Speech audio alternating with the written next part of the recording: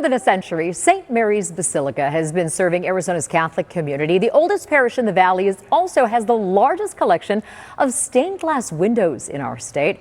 Our Zach Perry getting a bird's eye view of the incredible facility and a fascinating look into its past. St. Mary's Basilica, constructed over a century ago, the outside was designed in Old Mission-style revival. But on the inside, it's Romanesque, with columns, pillars, arches, and domes, housed with incredibly detailed Gothic stained glass windows. Welcome to St. Mary's Basilica. It is quite beautiful inside. When you come here to visit and the sun is shining through, you can just see the beautiful details. The Basilica is known for its historical, its cultural, its artistic, and its spiritual nature. Celebrating over 100 years, St. Mary's Basilica is the oldest Catholic church in Phoenix, and it's also the largest collection of stained glass windows in the state of Arizona. And you can take a tour of it for yourself to see all about the history. This church was established in 1881, and originally it was a 60 by 40 adobe church. They sort of outgrew it.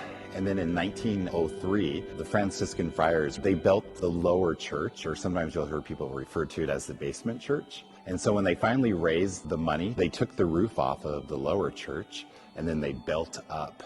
So what you see today is actually the upper church. Designed by German immigrant Emil Free from the Munich School of Stained Glass Art, the windows feature a unique colorization technique. They take sheets of glass and they actually paint the designs onto the glass. But the paints have various oxidized metals in it. And so once they've painted their scenes, they put it in like a kiln, they apply heat to it. Paint penetrates the entire piece of glass. And so consequently, you get just exquisite detail from these stained glass windows. And if you look closely at these windows, you'll see a lot of them were dedicated by the founding families of Phoenix. A lot of the city of Phoenix history is also wrapped up in the Basilica. It wasn't until 1985 that Pope John Paul II declared St. Mary's a basilica.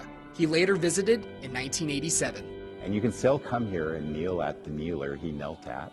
And then he stood on the balcony greeting the masses and did sort of an official speech to the city of Phoenix. The organ is also named after Pope John Paul II, featuring amazing acoustics. Organize a docent tour and tailor your experience to what you want to learn more about.